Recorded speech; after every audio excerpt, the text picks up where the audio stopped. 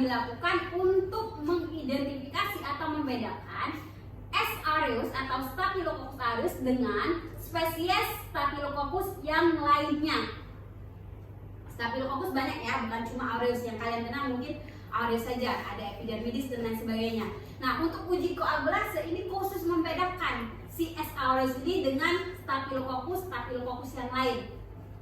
Untuk uji koagulase, Staphylococcus aureus itu hasilnya positif, sedangkan Staphylococcus yang lain itu hasilnya negatif. Ya, jadi S. aureus ini mampu menghasilkan koagulase, sedangkan Staphylococcus yang lain di luar S. aureus itu tidak menghasilkan atau memproduksi enzim koagulase, gitu ya. Nah, enzim koagulase ini nanti akan mengaglutinasi plasma darah, sehingga kita ketika melakukan uji koagulase, ketika sampel kultur kita tambahkan dengan plasma darah, kalau hasilnya positif akan terbentuk aglutinasi atau ada penggumpalan di sini. Kalau ini jelas ya, kadangkala gumpalannya itu berupa butiran-butiran halus kecil, gitu ya, sehingga kita itu harus jeli ini benaran koagulasi atau bukan. Nah, sedangkan yang hasilnya negatif, ketika ditambah plasma darah tidak terjadi aglutinasi, plasma darahnya tidak mengental. Nah, fungsi pengentalan ini dilakukan oleh enzim koagulase. Bagi spesies-spesies Staphylococcus yang tidak menghasilkan enzim koagulase, maka tidak terbentuk aglutinasi. Kalau S. aureus dia punya enzim koagulase, maka ketika ditambah plasma darah, si plasmanya akan dikentalkan oleh si koagulase sehingga terbentuk aglutinasi seperti ini. Ya, paham bedanya ya?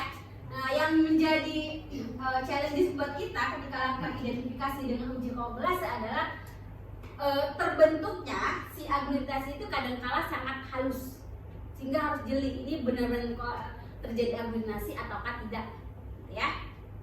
Oke, ini untuk uji koagulase, paham? Oke, selanjutnya ada uji oksidase. Kalau uji oksidase ini mudah ngapalin untuk uji biokimia itu ya, berdasarkan tadi enzim-enzim yang dihasilkan. Uji oksidase itu untuk mengidentifikasi mana kelompok bakteri yang menghasilkan enzim sitokrom oksidase, mana yang tidak, gitu ya. Sekali lagi, untuk uji oksidase dilakukan untuk membedakan mana kelompok bakteri yang menghasilkan enzim sitokrom oksidase, mana yang tidak, gitu ya. Nah, enzim sitokrom oksidase ini juga disebut indofenol oksidase. Biasanya kita gunakan untuk membedakan kelompok Pseudomonas yang merupakan oksidasi positif dengan kelompok Enterobacter yang oksidasinya itu negatif, ya.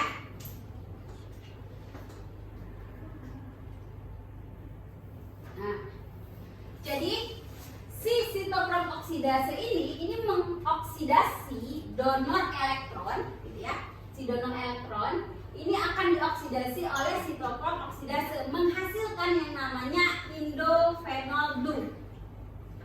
Ya, enzim sitokrom oksidase akan mengoksidasi donor elektron sehingga dihasilkan yang namanya indofenol blue. Sehingga hasil positifnya ini menunjukkan perubahan warna biru.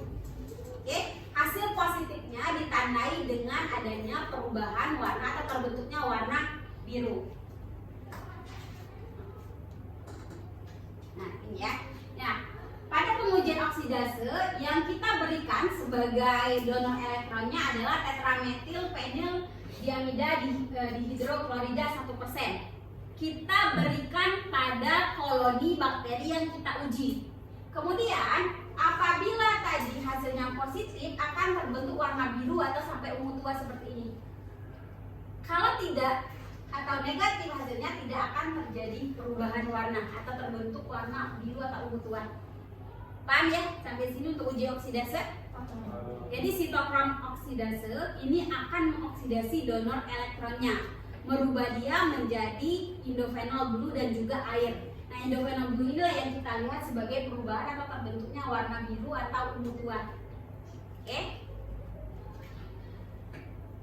Kemudian ada uji urease. Nah, sesuai namanya juga, uji urease ini dilakukan untuk membedakan, untuk mengidentifikasi mana kelompok bakteri yang mampu menghasilkan urease, mana yang tidak, gitu ya. Biasanya ini digunakan untuk identifikasi si Helicobacter pylori, gitu ya, yang biasanya menginfeksi pada saluran pencernaan manusia, terutama di lambung. Nah, enzim urease ini akan memecah urea, urease memecah urea, berubah si ureanya menjadi amoniak dan karbon dioksida. Terbentuknya amoniak ini akan membuat pH menjadi basa. Basa artinya pH-nya turun atau naik?